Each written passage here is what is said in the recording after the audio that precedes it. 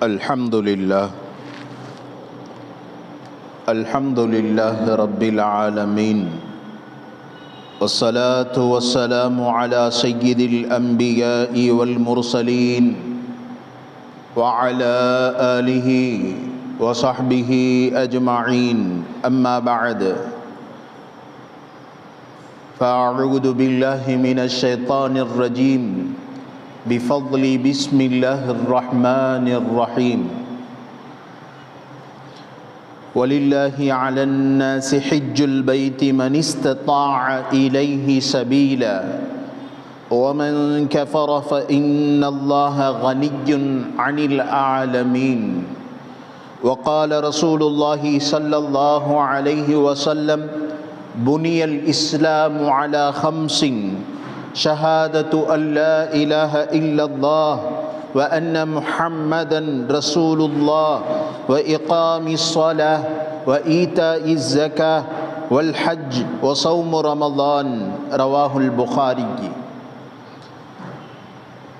புகழனைத்தும் அகிலத்தை படைத்து பரிபாலிக்கக்கூடிய ஏக வல்லோனாகிய அல்லாஹ் ஒருவனுக்கே உரித்தாகுக. சாந்தியும் சமாதானமும் ஈருலகத் தலைவர் எம்பெருமான் ஸல்லல்லாஹு அலைஹி வஸல்லம் அன்னவர்கள் மீதும், அன்னாரின் வழியை அடிபிசகாது பின்பற்றி வந்த சஹாபாக்கள் மற்றும் நம்முடைய உம்மத்தே முஹம்மதியா அனைவரின் மீதும் அல்லாஹ்வினுடைய சாந்தியும் சமாதானமும் என்றென்றும் நிறைவாக உண்டாவதாகுக. அன்பிற்கும் இறை நேசத்திற்கும் உரித்தான அல்லாஹ்வின் நல்லடியார்களே, இஸ்லாத்திலே கடைசி பிரதான கடமையாக எண்ணப்பட்டு கொண்டிருக்கக்கூடிய ஹஜ்ஜுடைய மாதங்கள் நெருங்க ஆரம்பித்து கொண்டிருக்கிறது. ஹஜ்ஜு என்று சொன்னாலே அல் ஹஜ்ஜு அஷ்ஹுரும் மஅலூமாத், குறிப்பிட்ட சில மாதங்களில் செய்யப்படக்கூடிய அமல்கள் தான் அதற்கு ஹஜ்ஜு என்று சொல்லப்படும். மற்ற எல்லா நேரங்களிலேயும் ஹஜ்ஜுக்கு செல்ல முடியாது. குறிப்பிட்ட சில மாதங்களில் ஹஜ்ஜுடைய அமல்களை செய்ய முடியும். இன்னொரு அமல் இருக்கிறது, உம்ரா. உம்ராவை எந்த நேரத்தில் வேண்டுமானாலும் செய்து கொள்ளலாம், மார்க்கம் அனுமதி தந்திருக்கிறது. ஆனால் ஹஜ்ஜை, சில குறிப்பிட்ட அமல்களை இந்த இடத்திற்கும் இந்த நேரத்திற்கும் அல்லாஹ் கட்டுப்படுத்தி இருக்கிறான். இந்த ஹஜ்ஜு எப்படி உருவானது?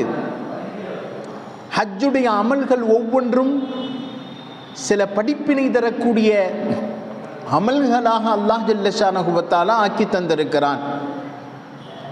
சின்ன சின்ன அமல்கள், அதை அல்லாஹ் பின்வரக்கூடிய சமுதாயத்திற்கு ஒரு மிகப்பெரிய படிப்புனையாக அல்லாஹ் தந்திருக்கிறான். ஹஜ்ஜி என்று சொன்னாலே ரசூலுல்லாஹ் இன்னொரு ஹதீஸில் சொல்லி காட்டுவார்கள், அல் ஹஜ்ஜு அரஃபா. ஹஜ்ஜி என்று சொன்னால் அரஃபா மைதானத்திற்கு செல்லுவது.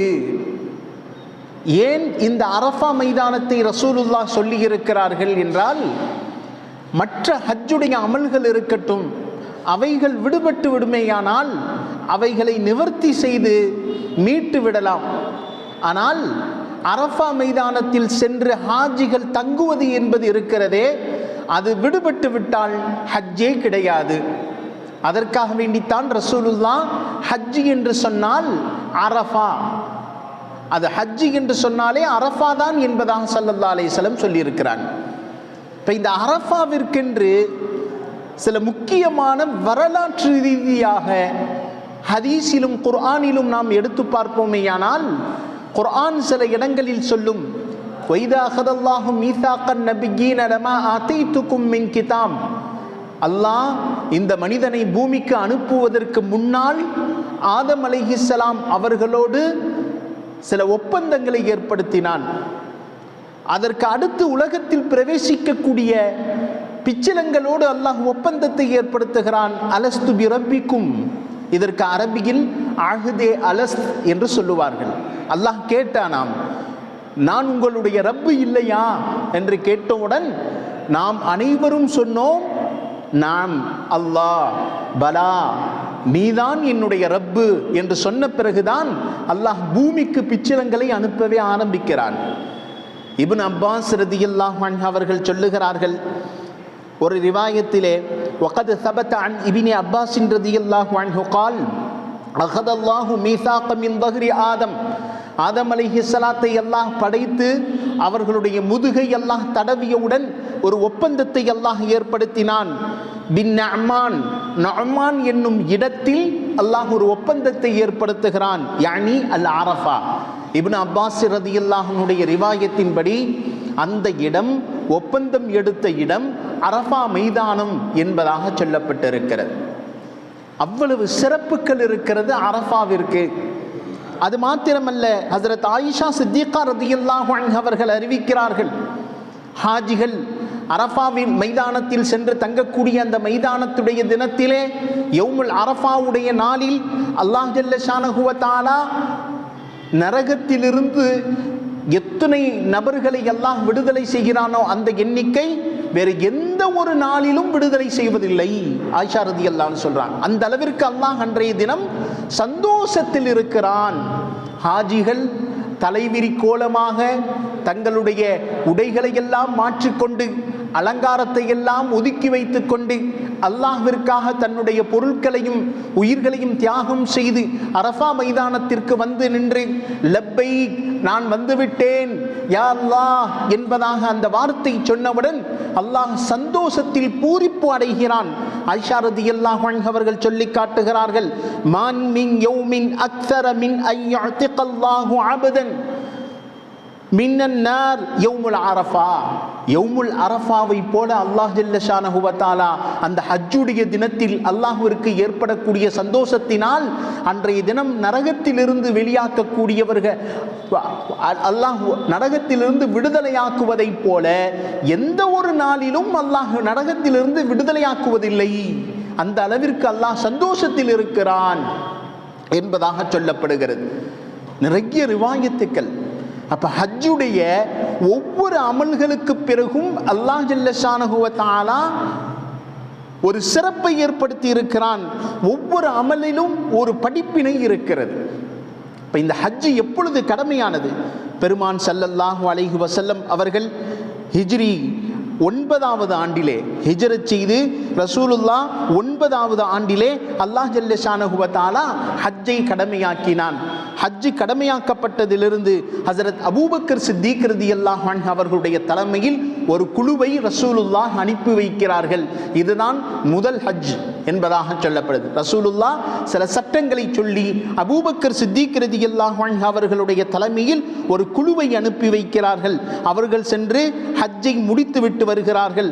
அடுத்ததாக ஸல்லல்லாஹு அலைஹி வஸல்லம் அவர்கள் ஹிஜ்ரி 10ஆம் ஆண்டு அறிவிப்பை செய்கிறார்கள், வரக்கூடிய வருடம் நான் ஹஜ்ஜுக்கு செல்லவிருக்கிறேன், யார் யாரெல்லாம் என்னோடு சென்று வந்து ஹஜ்ஜு செய்ய ஆசைப்படுகிறீர்களோ வந்து ஹஜ்ஜு செய்து கொள்ளுங்கள் என்பதாக நபி பெருமானார் அறிவிப்பு செய்யவே பல கூட்டங்கள் ரசூலுல்லாஹோடு ஹஜ்ஜுக்கு கிளம்புகிறது. எவ்வளவு பெரிய பாக்கியம்! அது மாத்திரமல்ல, ஏன் இவ்வளவு கூட்டங்கள் கிளம்பியது? அடுத்து ரசூலுல்லாஹ் சொன்ன மிக முக்கியமான அறிவிப்பு ஒன்றே காரணம். என்ன ரசூலுல்லாஹ் சொல்றாங்க? லிதஅகுது மனாசிகக்கும், ஹஜ்ஜுடைய அமல்களை என்னிடத்திலிருந்து கற்றுக்கொள்ளுங்கள். ஃபஇன்னி லா அத்ரி லஅல்லி அஹஜ்ஜு பஅத ஹஜ்ஜதி ஹாதி. ஏனென்றால் வரக்கூடிய வருடம் நான் ஹஜ்ஜு செய்யும் காலத்தில் வரக்கூடிய வருடம் நான் உயிரோடு இருப்பேனா என்று எனக்கு தெரியாது என்றார்களே. இதை புரிந்து கொண்ட சஹாபாக்கள் ஒவ்வொரு அமலையும் ரசூலுல்லாஹ்விடத்திலிருந்து நேரடியாக கேட்டு கேட்டு செய்து கற்றுக்கொண்டார்கள். அந்த அளவிற்கு வருகிறது. ஆர்வத்தோடு சஹாபாக்கள் ஹஜ்ஜுடைய கிரிகைகளை கேட்டு தெரிந்து கொள்ளுவார்கள். அப்ப ஹஜ்ஜுடைய அமல்களை யார் யாரெல்லாம் நம்முடைய உறவினர்களோ அல்லது நாமளோ ஹஜ்ஜுக்கு செல்வோமேயானால் ஹஜ்ஜுடைய கிரிகைகள் அமல்களை நாம் ஒவ்வொரு நபர் ஆலிம் உலமாக்களிடத்தில் கற்றறிந்தவர்களிடத்தில் கேட்டு தெரிந்து கொள்வது மிக முக்கியமான கடமையாக இருக்கிறது. ஹஜ்ஜுடைய நிபந்தனைகளை பற்றி சொல்லி காட்டுகிறார்கள். யார் ஹஜ்ஜுடைய நிபந்தனைகள் என்று சொன்னால், பெண்களுக்கு சுமார் 6 நிபந்தனைகள், ஆண்களுக்கு 5 நிபந்தனைகளாக விதிக்கிறார்கள். முதலாவது நிபந்தனை என்ன? ஹஜ்ஜுடைய நிபந்தனையில் மிக முக்கியமான நிபந்தனை ஒன்று அல் இஸ்லாம். இவர் முஸ்லீமாக இருப்பது. முஸ்லீமாக இருப்பது என்பது கட்டாயம். ஏனென்றால் ஹஜ்ஜுடைய எல்லை புறத்திலிருந்தே ஆரம்பித்து விடுவாங்க. ஒரு குறிப்பிட்ட எல்லையிலிருந்தே இந்த பாதை முஸ்லிம்களுக்கானது, காஃபிர்கள் இந்த பாதையில் வர முடியாது என்பதாக ஒரு பெரிய தடுப்பே இருக்கும். ஹஜ்ஜுடைய மிக முக்கியமான நிபந்தனைகளில் ஒன்று இஸ்லாம், முஸ்லீமாக இருப்பது. இரண்டாவது நிபந்தனை புத்தி சுவாதீனம் உள்ளவராக இருப்பது. அதற்கு மாற்றமாக பைத்தியக்காரரோ அல்லது மூளையில் வேறு ஏதேனும் நோய்வாய்ப்பட்டவரோ இது போன்ற மனநல பாதிக்கப்பட்டவர்களுக்கு ஹஜ் கடமை இல்லை என்பதாக மார்க்கம் சொல்லுகிறது. அது மாத்திரமல்ல, அறிவில் தேர்ச்சி அடைந்திருப்பது கட்டாயம். இதுல மாற்றமாக நாக்கிசுல் அக்ல் என்று சொல்லுவார்கள். நாக்கிசுல் அக்ல் என்றால் சிறுவர்கள், அறிவு இன்னும் முழுமையடையாதவர்கள், இவர்கள் மீதும் ஹஜ் கடமை இல்லை. இன்னும் அது மட்டுமல்ல, பைத்தியக்காரர்கள், இவர்கள் மீதும் ஹஜ் கடமை அல்ல என்பதின் மூலமாக இது மூலமாக தெரிகிறது. அடுத்து மூன்றாவது நிபந்தனை புலூக், அவர் பருவ வயதை அடைந்திருக்க வேண்டும். மார்க்கத்தில் எல்லா சட்டங்களும் பருவ வயதை அடைந்த பிறகுதான் ஆரம்பமாகிறது. ஒருவர் தொழுவதற்கு கடமையா? பருவ வயதிலிருந்து சட்டங்கள் ஆரம்பமாகிறது. இன்னொருவர் தன்னுடைய நிக்காஹுடைய விஷயத்தில் சுய புத்தி உடையவராக ஏற்றுக்கொள்ளப்படுமா? அவருடைய சாட்சியத்தை ஏற்றுக்கொள்ளப்படுமா? பருவ வயதிலிருந்து ஆரம்பமாகிறது. எல்லா கடமைகளும் பருவ வயதிலிருந்து ஆரம்பமாகிறது. அதன் அடிப்படையில் ஹஜ்ஜுடைய மூன்றாவது நிபந்தனை அவர் பருவ வயதை இருக்க வேண்டும்.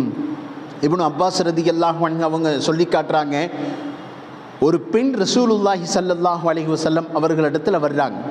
தன்னுடைய கையில் ஒரு குழந்தையை வைத்திருக்கிறாங்க. குழந்தையை வச்சு, யா ரசூலல்லாஹ், என்னுடைய இந்த குழந்தைக்கு ஹஜ் கடமையா என்று கேட்டார்கள். பெருமான் ஸல்லல்லாஹு அலைஹி வஸல்லம் சொன்னார்கள், அந்த குழந்தை ஹஜ் செய்தால் அதனுடைய நன்மை உனக்கும் உண்டு என்றார்கள் ஸல்லல்லாஹு அலைஹி வஸல்லம்.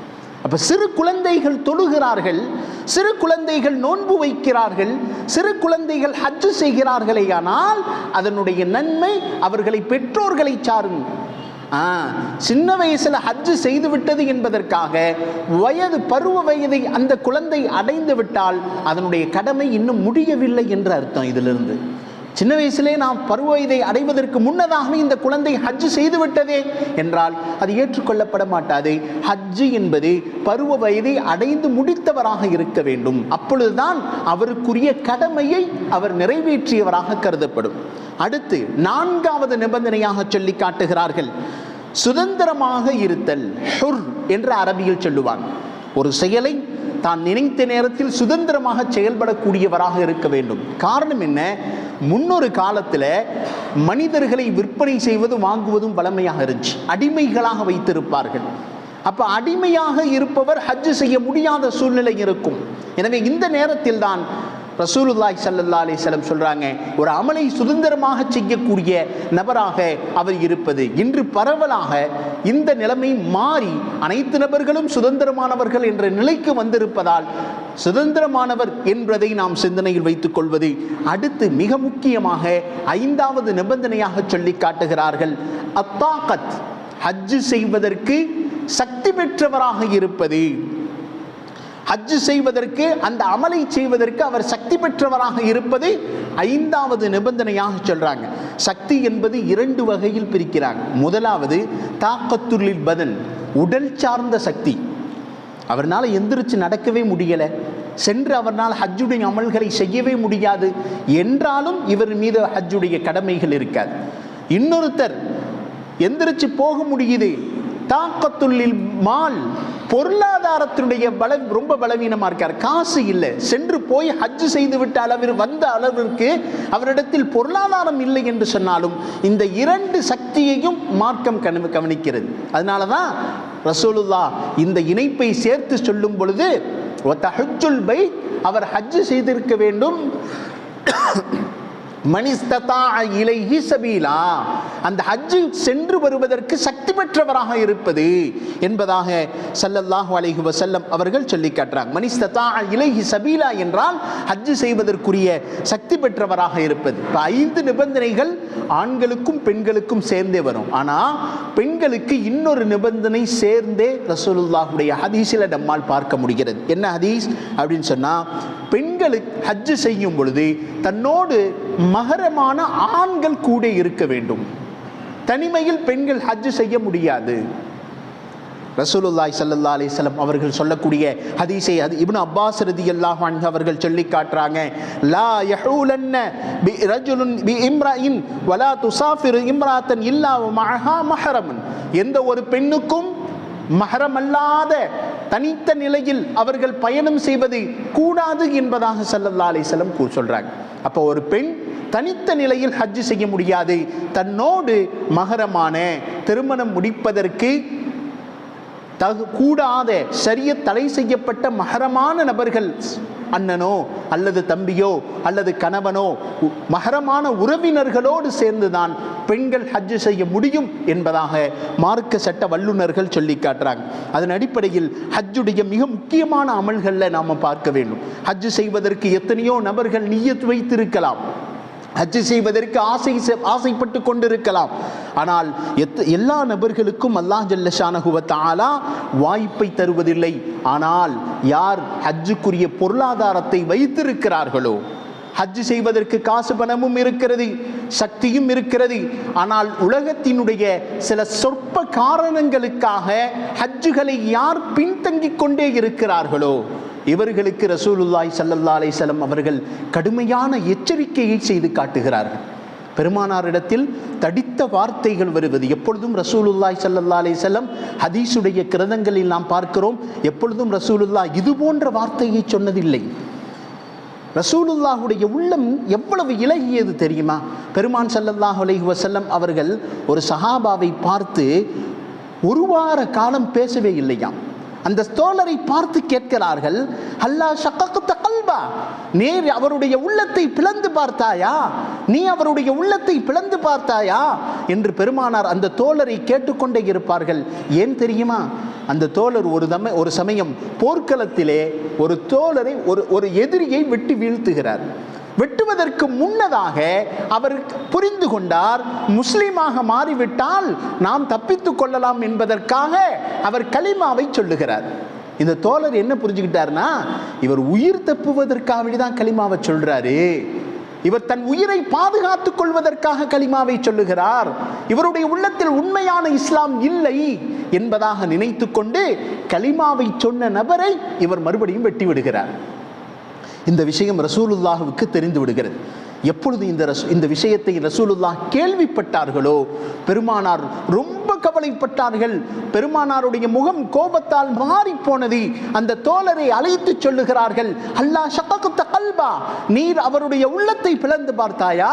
அவர் தன் உயிரை மாய்த்துக் கொள்வதற்காக உயிர் பயத்தில் கலிமா சொன்னாரா, அல்லது உண்மையான ரப்பை பயந்து கலிமா சொன்னாரா என்று உனக்கு என்ன தெரியும் என தோழர்களை பார்த்து ரசூலுல்லாஹ் கடிந்து கொள்கிறாரையானால், அந்த அளவிற்கு ரசூலுல்லாஹி ஸல்லல்லாஹு அலைஹி வஸல்லம் இயற்கையாகவே உம்மத்தின் மீது பிரியம் கொண்ட நபி பெருமானார் தன்னை தோழர்கள் கல்லால் எரிந்த பொழுதும் கூட, மதீனாவாசிகள் தாயிஃப் வாசிகள் கல்லால் எரிந்த பிறகும் கூட, அவ்வளவு அந்த நேரத்திலும் ரசூலுல்லாஹ் சொன்னார்களே, இவர்கள் இல்லாவிட்டாலும் இவருடைய உம்மத் பின்வரக்கூடிய சமுதாயம் இஸ்லாத்தை ஏற்கக்கூடும் என்று சொன்ன ரசூலுல்லாஹ், ஹஜ்ஜுடைய விஷயத்தில் யார் பொருளாலும் உடலாலும் சக்தி பெற்றிருக்கிறார்களோ அந்த நபர் ஹஜ்ஜு செய்யாமல் இருக்கக்கூடிய நபருடைய விஷயத்தில் பெருமானார் இப்படிப்பட்ட வார்த்தையை பயன்படுத்துகிறார்கள். ஹதீஸுடைய கலை வல்லுநர்கள் மிக ஆச்சரியப்படுகிறார்கள். பெருமான் ஸல்லல்லாஹு அலைஹி வஸல்லம் அவர்கள் சொல்லி காட்டுகிறார்கள், மன் மாத்த யார் ஒருவர் ஃபலம் யஹுஜ், ஹஜ்ஜு செய்வதற்கு சக்தி இருந்தும் ஹஜ்ஜு செய்யாமலேயே அவர் இருந்து விடுவாரையானால், ஃபல் யமுத் யஹூதியன் இன்ஷா அவ் நஸ்ரானியன், அவர் யூதராகவோ அல்லது கிறிஸ்தவராகவோ மரணிக்கட்டும் என்பதாக ஸல்லல்லாஹு அலைஹி வஸல்லம் சொல்றாங்க. அல்லாஹ் பாதுகாப்பானாக. இந்த சமுதாயத்தை அல்லாஹ் ஜல்ல ஷானஹு வ தஆலா பாதுகாப்பானாக. எத்தனையோ நபர்களுக்கு ஆசை இருக்கிறது, தேட்டம் இருக்கிறது, அவர்களுக்கு பொருளாதாரத்தில் போதிய அளவிற்கு இல்லை. ஆனால் பல நபர்கள் நம்முடைய சமுதாயத்தில் பல லட்சங்கள் பல பல பணப்புழக்கத்தில் இருக்கிறோம். ஆனால் ஹஜ்ஜுடைய விஷயத்தில் இன்னும் ஆர்வம் இல்லாமல் இருக்கிறோம். அல்லாஹ் ஜல்ல ஷானஹு வ தஆலா ஆர்வத்தையும் தேட்டத்தையும் நம்முடைய சமுதாயத்திற்கு ஏற்படுத்தி தருவானாக. ஒவ்வொரு நபரும் நாம் அல்லாஹ்விற்காக வேண்டி ஹஜ்ஜுடைய செல்வதற்காக வேண்டி நிய்யத்தை வைத்துக் கொண்டே இருக்க வேண்டும். நிய்யத் வைப்பது, ஹஜ் செய்வதற்கு ஒருத்தருக்கு நிய்யத்து இருக்கு, ஆனால் பணம் இல்லை. இவர் என்ன செய்வார்? ஏழைகளுக்கு சதக்காவை செய்து கொண்டே இருப்பார். சதக்காவை செய்து கொண்டே இருக்க வேண்டுமாம். தன்னால் முடிந்ததை சதக்கா செய்ய வேண்டும். ஒவ்வொரு நபரிடத்திலும் துஆவிற்கு சொல்லிக்கொண்டே இருக்க வேண்டுமாம். ஒரு நேரம் இல்லை என்றாலும் இன்னொரு நேரத்தில் அல்லாஹ் அவரை ஹஜ்ஜுடைய நசீபை அல்லாஹ் ஆக்கி விடுவான். மௌத்திற்குள் அல்லாஹ் அவரை ஹாஜியாக மரணிக்க செய்து விடுவான். வரலாற்று ரீதியாக பார்க்கிறார். ஆச்சரியப்பட்டு நம்முடைய நண்பர் ஒருவர் சொல்றார். அவர் பேர் ஹலீல் அஹ்மத். அவருடைய சொந்த ஊர் திண்டுக்கல்ல இருக்கக்கூடிய ஒரு சிறிய கிராமம். அவர் ஆச்சரியப்பட்டு சொல்லுகிறார், எங்க ஊர்ல ஒரு மஸ்ஜித் இருக்கோ, அந்த மஸ்ஜிதுக்கு சுத்தம் பண்ணக்கூடிய ஒருத்தர் வந்து போவார். காஜாபாயின்னு அந்த ஊர் மக்கள் அவரை அன்போடு அழைப்பாங்க. அவர் வருவார், பள்ளியில் இருக்கக்கூடிய பாத்ரூமை எல்லாத்தையும் சுத்தம் செய்வார். யார்கிட்டையும் காசு பணம்னு கேட்க மாட்டார். ஆனால் அங்கே இருக்கக்கூடிய எல்லாத்துட்டையுமே அவர் முசாஃபா செஞ்சு சொல்லுவார், நான் ஹஜ்ஜுக்கு போகிறேன், எனக்காக துஆ செய்யுங்க.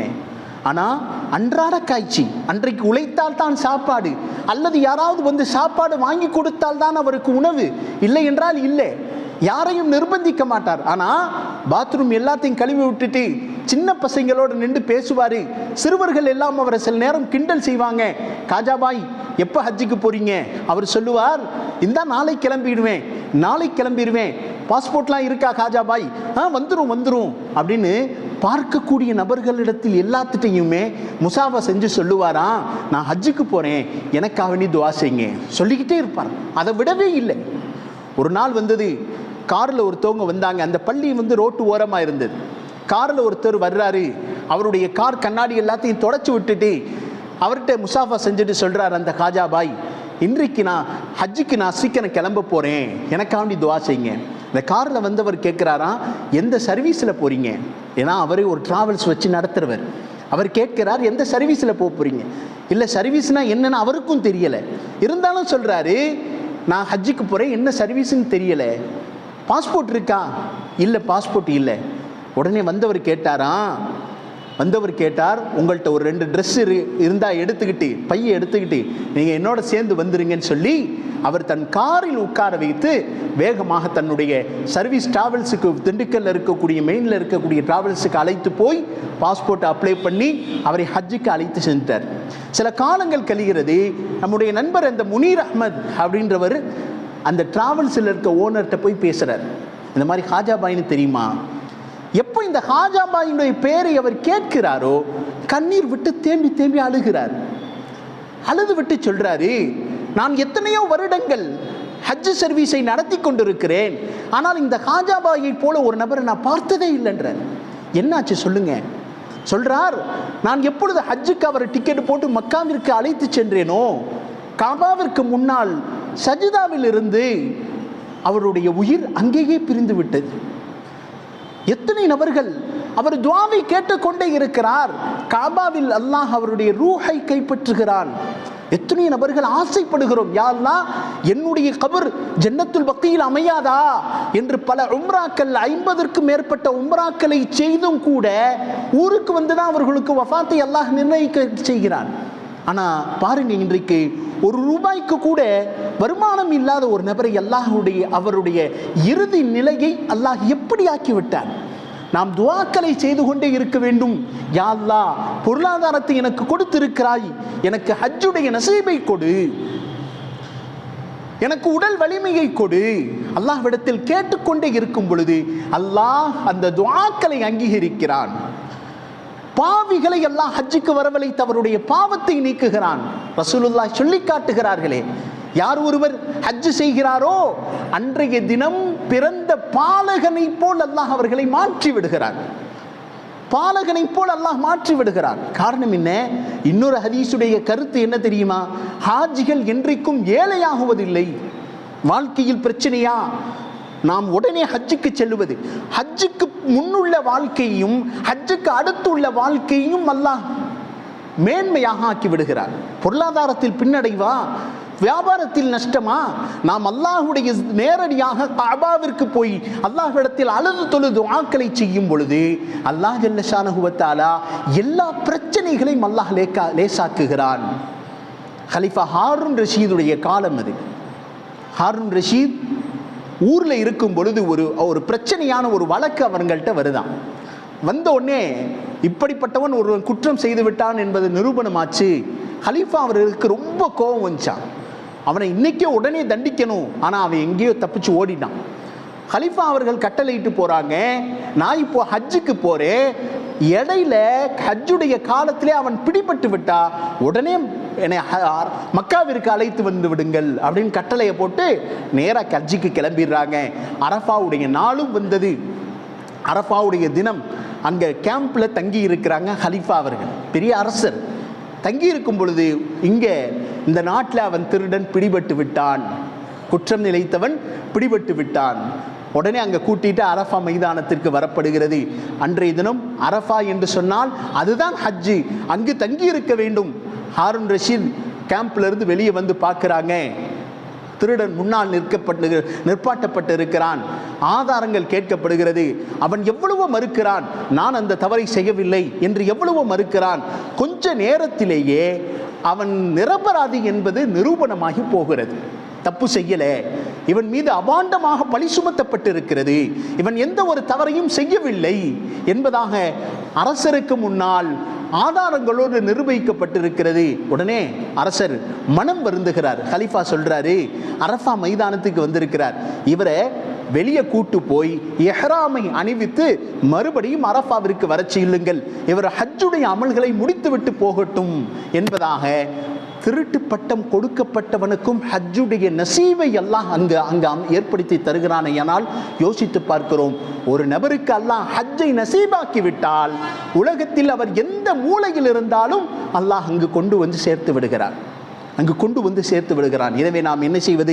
அல்லாஹ்விடத்தில் அதிகம் துஆக்களை செய்து கொண்டே இருப்பது. யா அல்லாஹ், ஹஜ்ஜுடைய நசீபை எனக்கு கொடுத்து விடு. அல்லாஹும்ம ர்ஸுக்னா ஹஜ்ஜ பைத்திக்கல் முக்கர்ரம். யா அல்லாஹ், எனக்கு ஹஜ்ஜுடைய வாய்ப்பை ரிஸ்காக அறிவித்துக் கொண்டே இரு. வ ஜியாரத் ரௌலத் நபியினா முஹம்மதின் ஸல்லல்லாஹு அலைஹி வஸல்லம், நபி பெருமானா ஸல்லல்லாஹு அலைஹி வஸல்லம் அவர்களுடைய ரவுலாவை பார்க்காமல் என்னுடைய ரூஹை எடுத்து விடாதே என்பதாக நாம் அல்லாஹ்விடத்தில் அதிகம் துஆக்களை நாம் கேட்டுக்கொண்டே இருக்கும் பொழுது அல்லாஹ் ஜல்ல ஷானஹு வ தஆலா ஹஜ்ஜுடைய நசீபை ஏற்படுத்தி தருகிறான். அப்படிப்பட்ட பெரும் பாக்கியத்தை அல்லாஹ் நம் அனைவருக்கும் நசீபாக்குவானாக. வாழும் காலங்களில் எவ்வளவு பெரிய அறியாமல் இருந்தாலும் நம்முடைய குற்றங்களை எல்லாம் அல்லாஹ் மன்னித்து விடுவானாக. அது மட்டுமல்ல, வாலிபத்திலேயே ஹஜ்ஜு செய்யக்கூடிய பாக்கியத்தை அல்லாஹ் தருவானாக. எத்தனையோ நபர்கள் வயோதிகமாக எல்லா கரகுகளையும் முடிச்சிட்டு கடைசியில் ஹஜ்ஜுக்கு போலாம் என்று யோசித்துக் கொண்டிருக்கிறோம். யோசித்து செல்பவர்கள் எல்லாம் வந்து சொல்லக்கூடிய முதல் விஷயம் இதுதான், வயோதிகத்தினால எல்லா அமல்களையும் என்னால் செய்ய முடியல, முடிந்த மட்டிலும் நீங்கள் வாலிபத்தில் உடல் உறுப்புகள் ஆரோக்கியமான நிலையில் நீங்கள் ஹஜ்ஜுக்கு சென்று விடுங்கள் என்பதாக செய்யக்கூடிய முதல் உபதேசம் இதுதான். எனவே அல்லாஹ் ஜல்ல ஷானஹு வ தஆலா நம்முடைய கைகால் உடல் உறுப்புகள் ஆரோக்கியமான நிலையிலேயே அல்லாஹ் ஹஜ்ஜுடைய நசீபை நம் அனைவருக்கும் அல்லாஹ் தந்தருள் புரிவானாக. வ ஆகிரு தஅவானா